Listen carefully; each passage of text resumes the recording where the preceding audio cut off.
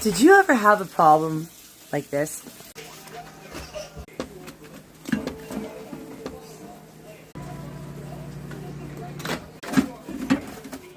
It didn't even pop. One simple thing you could do to fix this is get out a pot, put it on high heat, open up your bag of popcorn. All the ingredients you need are inside this bag.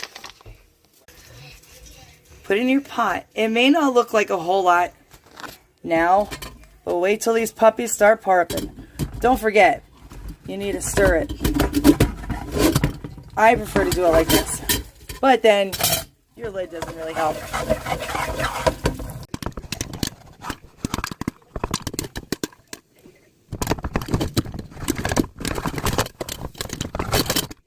Damn it.